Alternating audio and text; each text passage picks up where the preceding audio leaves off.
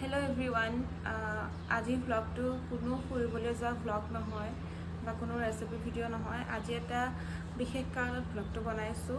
এতিয়া ৰাতিপুৱা সময় হৈছে 6:30 আৰু মই একদম দেখিছেনে পূৰা ওলাই কৰি ৰেডি হৈ লৈছোঁ। এতিয়া মই যাব লাগিব হস্পিটেল, কিয়নো মই সেইদিনাখন মিনি ভ্লগটোত কৈছিলোঁ যে মই আজি কেইদিনমানৰ পৰা ৰুমত অকলে আছোঁ, তো সেইকাৰণে আজি হস্পিটেল যাম। আৰু বাহঁত যিহেতু আজি 5 দিনেই হ'ল হস্পিটেলতে আছে। মেইন কথাটোলৈ আহোঁ, বাহঁত মোৰ হস্পিটেলত কিয় আছে, মই মোৰ ভাগিনজনী মানে ডাঙৰ বাৰ ছোৱালীজনী এতিয়া পূৰা ওলাই কৰি ৰেডি হৈছোঁ। এতিয়া 6:30 বাজিছে আৰু মই ইয়াৰ পৰা এতিয়া হস্পিটেল যাব লাগিব, যিহেতু মই আজি ৰুমত 5 দিনেই হ'ল অকলে আছোঁ। বাহঁত সেইদিনাখন দেখাবলৈ নিছিলে, কিন্তু ভবা নাছিলে সেইদিনাখনে এডমিট কৰিব বুলি, কিন্তু সেইদিনাখনে এডমিট কৰি দিলে। হয়তো অলৰেডি কিছুমানে গম পায় আৰু বহুতে হয়তো নাজানিবও পাৰে যে মোৰ ভাগিনজনীৰ অপাৰেশ্যন হ'ব, যিজনী বাৰ ছোৱালী সৰু দেখি থাকে। 3.5 বছৰ হৈছেহে এতিয়াই। নাজানো আৰু কপালত কি লিখি লৈ আহিছে, এনেকুৱা বেমাৰ কিয় দিব লাগে ভগৱানে। যাকেই নহওক কিয়, অকল মোৰ ভাগিনজনী বুলিয়েই নহয়, বহুত ল'ৰা ছোৱালীক দেখিছোঁ ইমান সৰুতে ইমান প্ৰব্লেম। আজি তাই অপাৰেশ্যন হ'ব। মই কালিয়ে যাব লাগিছিলে, কিন্তু কালি বায়ে যাবলৈ মানা কৰি দিলে, যিহেতু তাত এজনহে এলাউ কৰে আৰু মানে পেচেণ্টৰ লগত তাত বেছি মানুহ থাকিব নিদিয়ে, এজনেই থাকিব দিয়ে আৰু বাহিৰতো মানে তাত এলাউ নকৰে। তো মই ছোৱালী মানুহজনী গৈ পেলাইনো ক'ত থাকিম, বায়ে সেইটোও চিন্তা কৰিলে, সেইটো চিন্তা কৰি যাব নিদিলে। এতিয়া ভিনদেউ আহি আছে গুৱাহাটীৰ পৰা, ভিনদেউ পাবহি 10:30 মানত। এতিয়া মই যাম এইমছ যামগৈ। আজি 11টা বজাত তাইক অপাৰেশ্যনত সোমোৱাব আৰু আজি 11টা বজাত কৰিব। তো ভগৱানৰ ওচৰত এটাই প্ৰাৰ্থনা, যাতে সোনকালে সুস্থ কৰি আনক ছোৱালীজনীক। সেইটোৱে আৰু কি বেমাৰ হৈছে কেনেকুৱা মই গোটেইখিনি আপোনালোকক পিছত কমগৈ, কিন্তু এতিয়া মই একেবাৰে ক'ব পৰা অৱস্থাত নাই। কালিৰ পৰাতো গোটেই ৰাতিটো মই শুবই পৰা নাই। মই বুলিয়ে নহয়, কোনো শুব পৰা নাই, আমাৰ ঘৰৰ মানুহ চবেই কান্দি কুটি অৱস্থা নাই। কিন্তু কান্দিলেনো কি হ'ব কওকচোন, কান্দিলে জানো ভাল হ'ব? সেইটো কাৰণে এটাই ভাবিছোঁ যে ভগৱানকে প্ৰাৰ্থনা কৰিছোঁ, ভগৱানকে দিছোঁ যে সোনকালে সুস্থ কৰি আনা, তুমিয়ে যিহেতু দিছা তুমিয়ে ঠিক কৰিব পাৰিবা।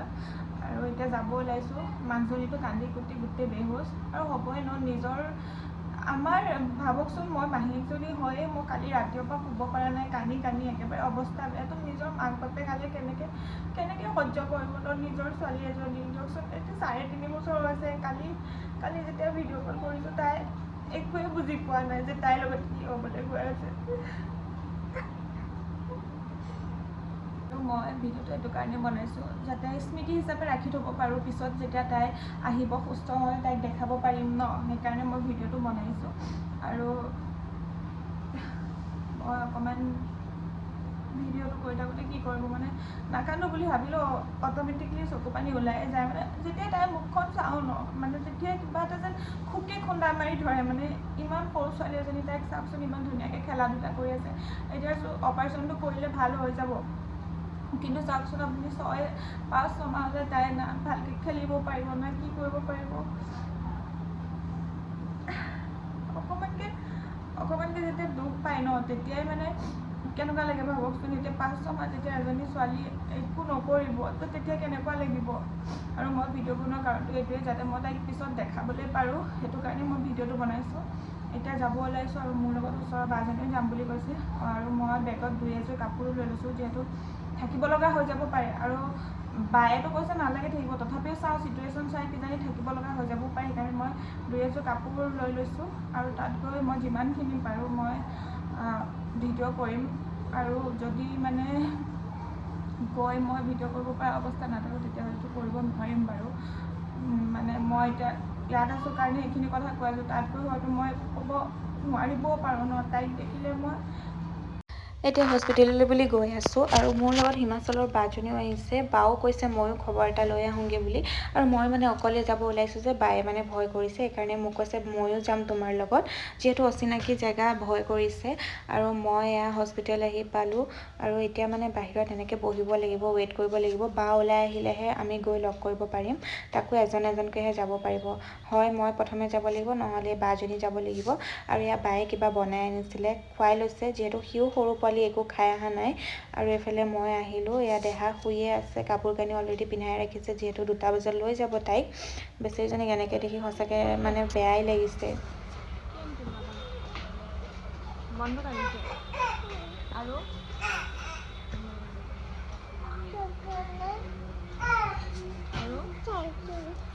চাইকেল আনিছে পাপাই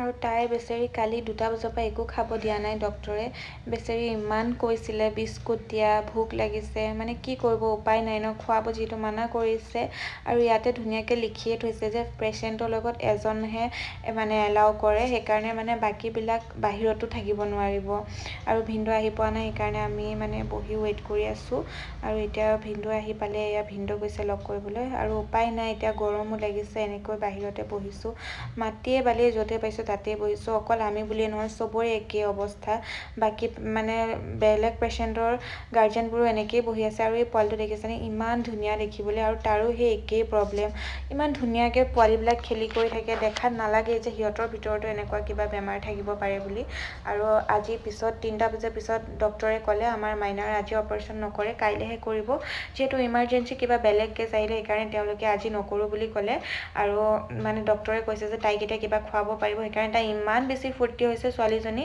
মানে ভাবকচোন আমাৰ যদি এদিন নাখাওঁ কেনেকুৱা লাগে তাইতো সৰু পোৱালি ন আৰু এই পোৱালিটোৱে মোৰ লগতে অলপ সময় খেলি আছে আৰু এয়া 8:30 বাজিলে আমি এনেকেই বহি আছোঁ এতিয়া ঘৰলৈও যাব লাগে যিহেতু ইলাও আহিছে আৰু এয়া চাওক চবৰে গাৰ্জেনবিলাক এনেকেই বহি আছে মানে কি কৰিব উপায় নাই চবৰে একেই অৱস্থা আৰু এয়া তাইক মই গ'লোঁ লগ কৰি আহোঁ ঘৰলৈ যিহেতু যামগৈ ভাবিছোঁ অকণমান লগ কৰি আহোঁ তাইক